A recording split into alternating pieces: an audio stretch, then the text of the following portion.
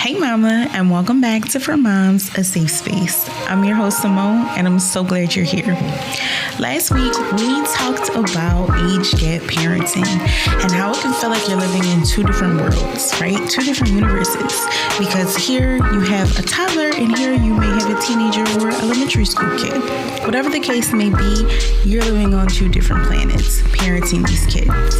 It was a very good episode, and I hope that you go back and listen after this episode. But today's episode is a bonus episode, and it's also episode 20. We are 20 episodes in, baby. And I'd like to thank any and everybody that has supported me thus far. Whether you've listened, you've shared, or you've commented, or you've sent me in suggestions on episodes that I should do. You are truly appreciated. And I just wanted to take the time out to say thank you. So, let's dive in to today's episode.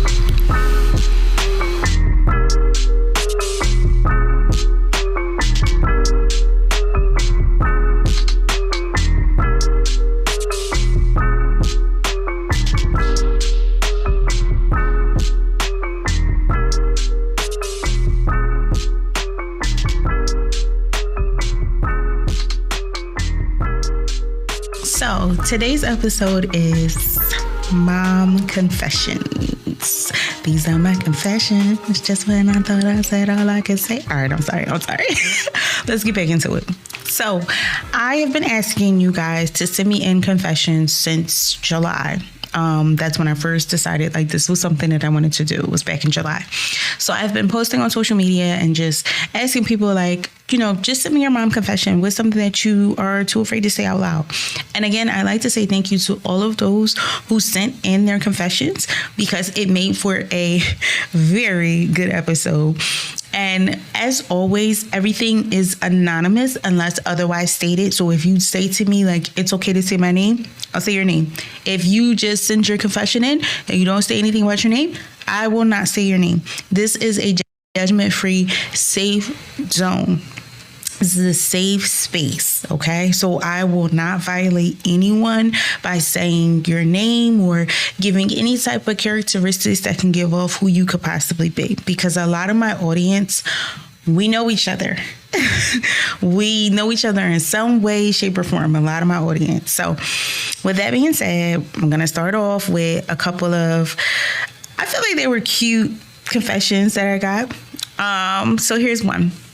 I hide in the bathroom to scroll TikTok just to breathe. I think that that's actually funny because I sometimes do that. I sometimes will go in the bathroom, even though I don't have to go to the bathroom, just to sit on the toilet and scroll through TikTok and have a ball uninterrupted.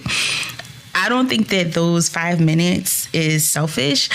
I think that it's just a way to fill a pocket for you, give you a little bit of peace. Even if it's something so minor as just scrolling a couple videos on TikTok. I think that's okay. All right. Next one. I pretend to be asleep so I don't have to get up when my toddler cries. I think that that's funny too because I am guilty of that. When it comes to not even my toddler now, for some reason, I just can't pretend to be asleep with him. If I hear him crying, I'm going to get up and get him. But when my oldest son was around 5, 6, he was really in my face, mommy, mommy, mommy all the time. And so sometimes I would pretend to be asleep so that way he wouldn't bother me. So there's nothing wrong with that either. This is a cute one. I once served cereal for dinner and called it a win. Listen, baby, are their bellies full? Did they eat? Is their stomachs growling? No, a win is a win. Sometimes my kids eat oatmeal for dinner, and guess what? It is what it is. It is what it is, baby. Enjoy the oatmeal. Enjoy it. It's nothing wrong with that. Your kids ate. You're not a bad mom. You're not a bad mom if you give them cereal for dinner. No one said that you have to feed them this gourmet meal every single dinner. That's okay. Sometimes it looks like a frozen meal. Sometimes it looks like a frozen pizza. Sometimes it does look like you cooked a full meal. Sometimes it looks like takeout. Sometimes you go out. But they ate. That's all that matters. That's all that matters. right. So these next set of confessions are a little bit more personal, and my responses to these are going to be a little bit longer. Okay. So the first one, knowing what I know now, I probably would have had no kids. I could have been the rich auntie, carefree and shiny. Yes. That thought is so human. Missing the freedom that you imagine doesn't mean that you don't love your children, right? It's just grief for a life that you pictured. And this is something that I have said in the past. Like, I dreamed of being that rich auntie, traveling, going here, going there, having all my money for me, living in a fabulous house, and like not worrying about kids. And that's okay. That's okay to have those thoughts. That's okay to have those feelings. There's nothing wrong with it at all. Because at the end of the day, you're still a bomb mom for your kids. And both truths can exist without canceling out each other. So that's okay. Okay. Sometimes I miss who I was before I became a mom. I actually dream about disappearing for a few days. Wanting space for yourself isn't betrayal. It's survival, right? Tiny acts to just try and reclaim you. It's okay. It's okay to miss who you were. It's okay to want to get away from everyone and try to get back to you.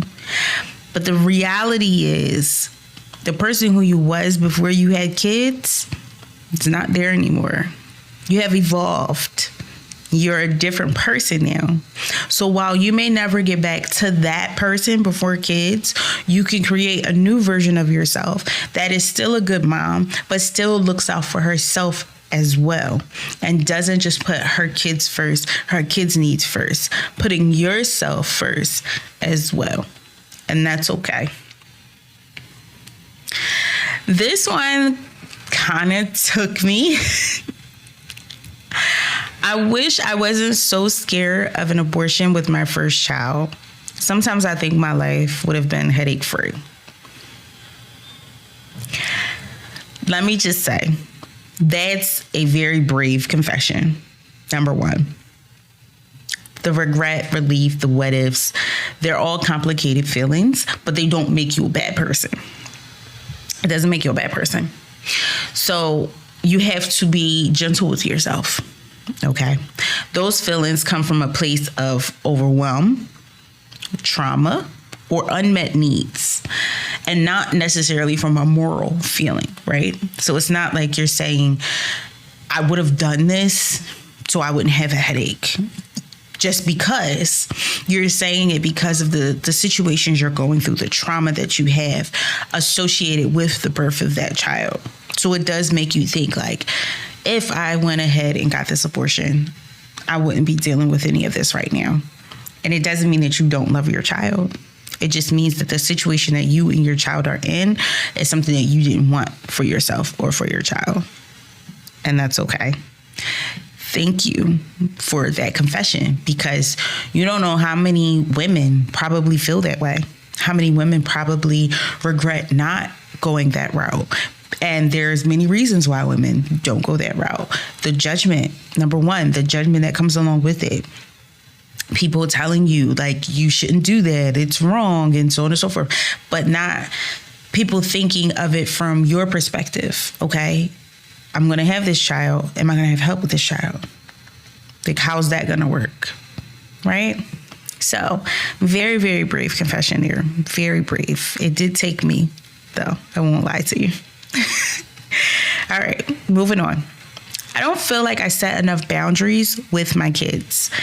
They act like my friends instead of seeing me as a parent. Boundary setting is learned, right?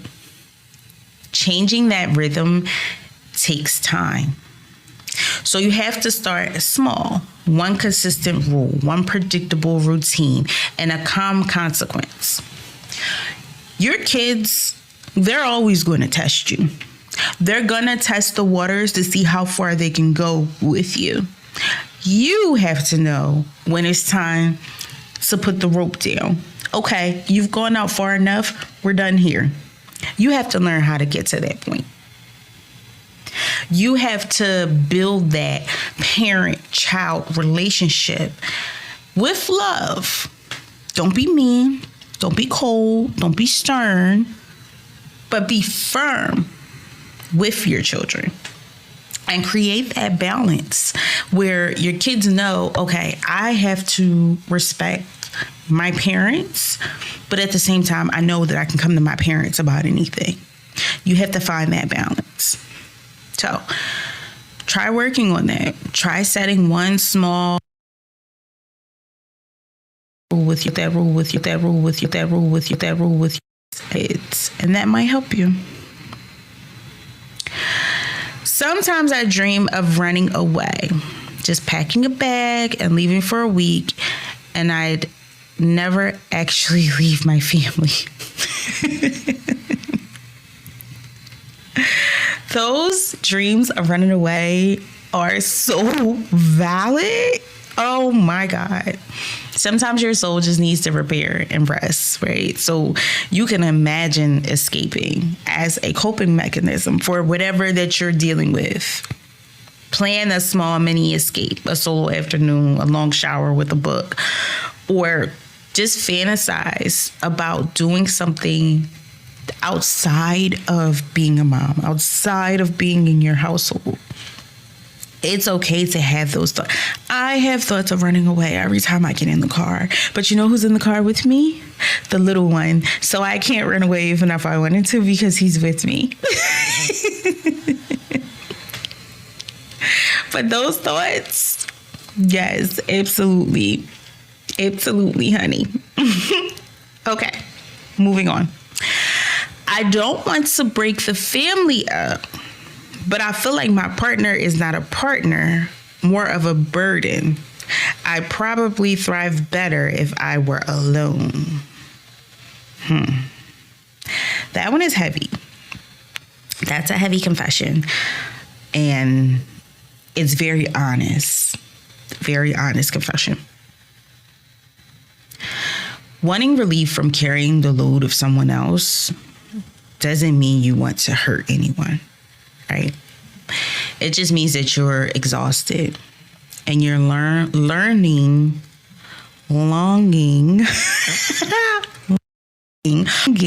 for reciprocal care, right?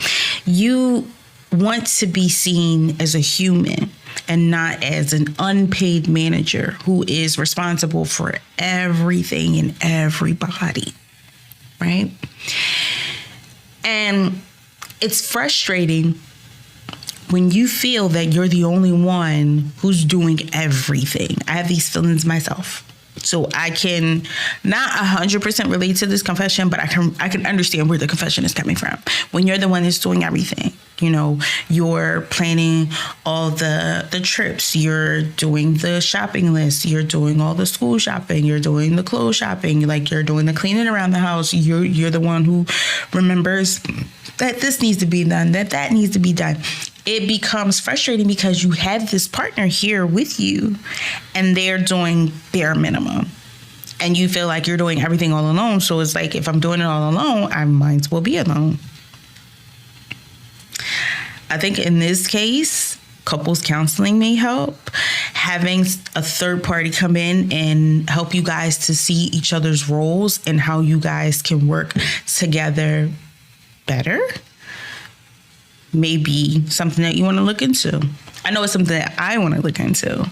Whether or not my partner is going to want to do couples therapy, I doubt it. But I would love to do it to help us to better understand each other so we can get on a better page, be on the same page and understanding each other.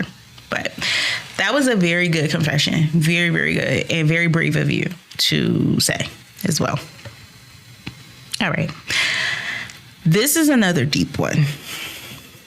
I sometimes hate being a mom. I love my kids, but some days I really hate the role.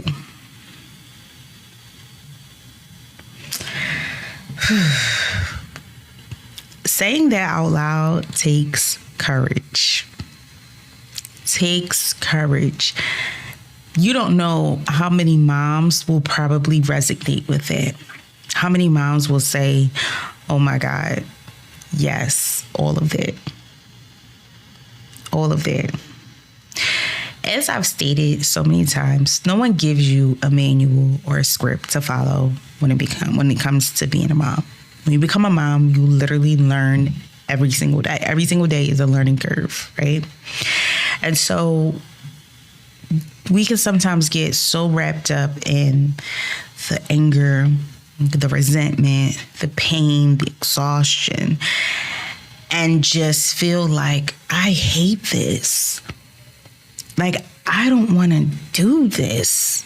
I really can't stand that. Like, for example, your kid, toddler, they're upset, they're crying. You can't figure out why they're crying. They're just crying. That in itself will make you go crazy. Like, what is happening? Why are you crying? Why are you upset? And it will make you be like, oh my God, I hate this. I hate being a mom. I hate being around my kids. It'll make you feel like that. But it doesn't make you a bad person for having those thoughts and feelings, because they're valid. Motherhood is so hard. Being a mom and managing is so hard. So it's okay that you may have those thoughts and feelings sometimes. Again, there's nothing wrong with it. There's nothing wrong with it. All right. I wish I gave myself more grace as a mom and for not recognizing I was functioning in survival mode. How many of us are in survival mode, especially in today's climate? A lot of us are in survival mode, right? A lot of us are dealing with a lot of different things. And we don't give ourselves enough grace as mothers. We don't. And that's the honest God truth. We are so hard on ourselves. And we are constantly waiting for the next thing to happen. So much so that our bodies are used to bad things happening. So we're always tense. We're always stressed. We can't sleep. Our eating patterns suck. Our attitudes suck because of that constant survival mode. I wish I was able to enjoy motherhood, but I don't because I'm constantly in survival mode. And there it is again. Another confession saying the same thing. So that just goes to show you there are so many moms out here that feel like that. We may not say it. We may not say it out loud. We may not tell anybody. We may not vent to anybody about it. But a lot of us are feeling it. And it feels good when you hear someone else say it, because then it's like that sigh of relief, like, okay, I'm not alone in this. I'm not alone. Other people feel this too. I be wanting a break, but then I miss them when they gone for too long. And it's like, oh, so y'all don't miss me at all? Y'all ain't even call? I don't call when they're on their dad weekend, though. That is so relatable, right? You want a break from your kids. You're like, I need a break. I need some space from them. And then you get the space, you get the break, and then you're like, oh, I miss my baby. It happens to me all the time with my little one. I'll be like, oh my God, I need a break from him. He is burning me out. He's doing the most. Like, I just need some time away from him. And then I'll get the time away from him and I'll be like, I miss my little yum yum. I want him back. And I'll be so excited to see him. But at the same time, it's like, yeah, I needed that break. I needed that time to myself. I needed that to reset and to be better for him again. Sometimes I wish I could be like those moms who have custody agreements where it's 1 week on and 1 week off. It sounds like having to get rid of my kids for a whole week. Yeah, I would miss them, but that would be pretty dope.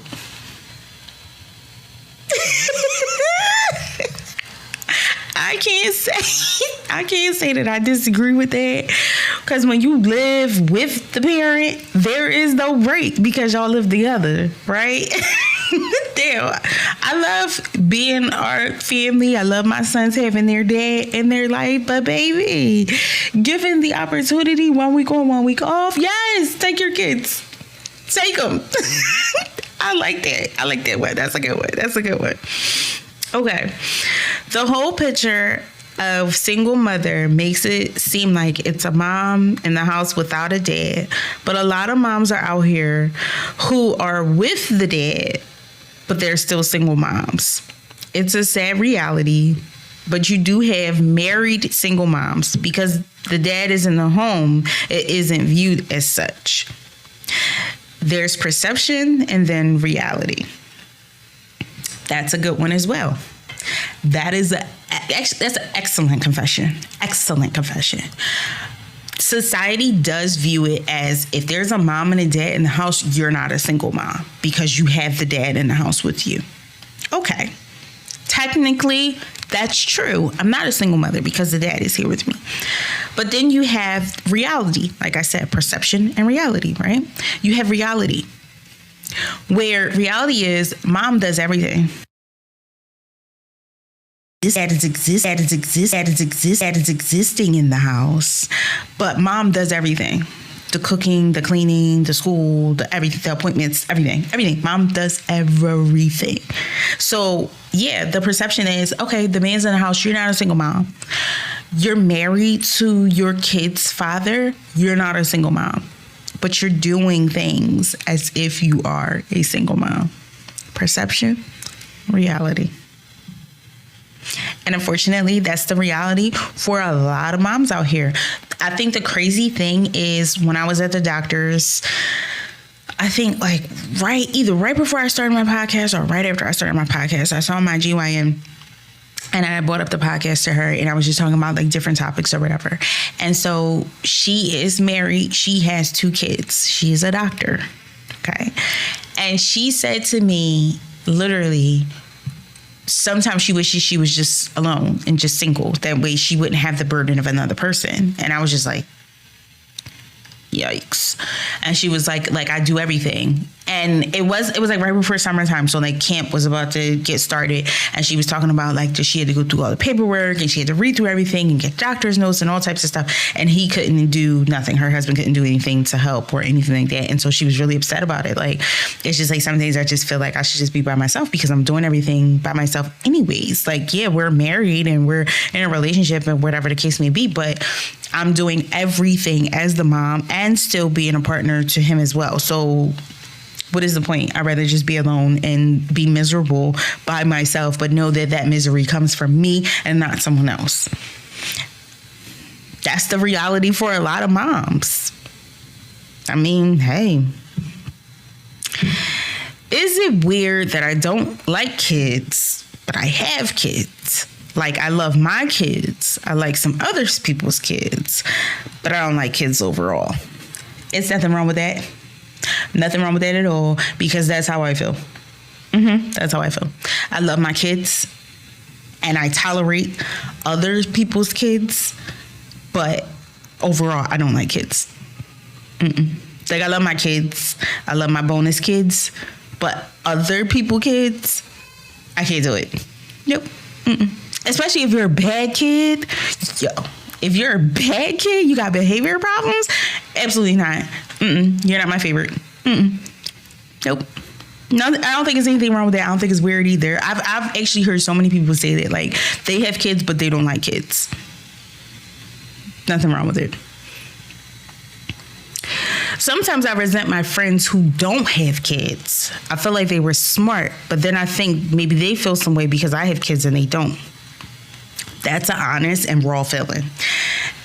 Very honest and raw feeling. You can have those friends. I have a few associates whom I've known for quite some time that don't have kids. And I see them on social media living their best life, going on vacation whenever, doing this, doing that, here, there, everywhere. And I'll be like, dang, I wish that was me. I wish I could just pick up and go anytime I wanted to go and not have to worry about babysitters or anything of that nature.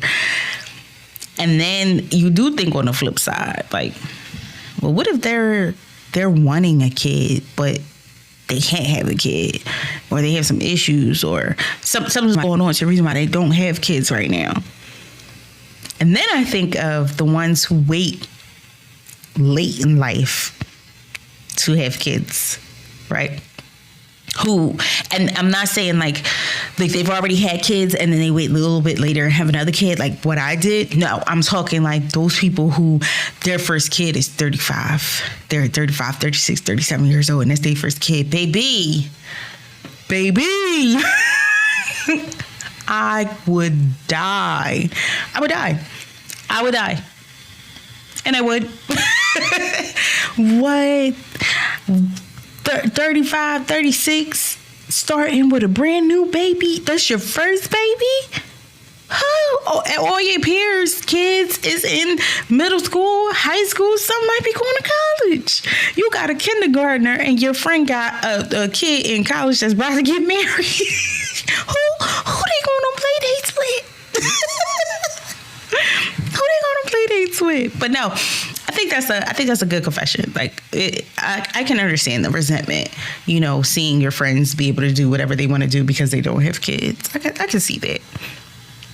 I can see that. All right. So, the final confession is mine. My confession is, I wish I made different decisions when I was younger. Because if I'm being honest, I would not have become a mom. I love my sons. I love my babies so much. But I do wish I made different decisions when I was younger. Because I would be living a completely different life if I did. So, mamas, thank you for all those who submitted a confession. I really enjoyed doing this episode because I feel like all my episodes have been, like, people have sent me in topics, but I feel like all my episodes have been me finding things to talk about, things that, like, I may be experiencing, personal issues that I may have, and just finding ways to weave it into episodes. But this one being fully listener participation made me feel really, really good, especially it being episode 20. Yes, episode 20. I feel really good, doing this. And I would absolutely love to do another episode like this. So again, send those confessions in. I'll post more things on social media to get those confessions going. And let's do it. So, thank you for spending time with me today. I will talk to you guys soon. And remember,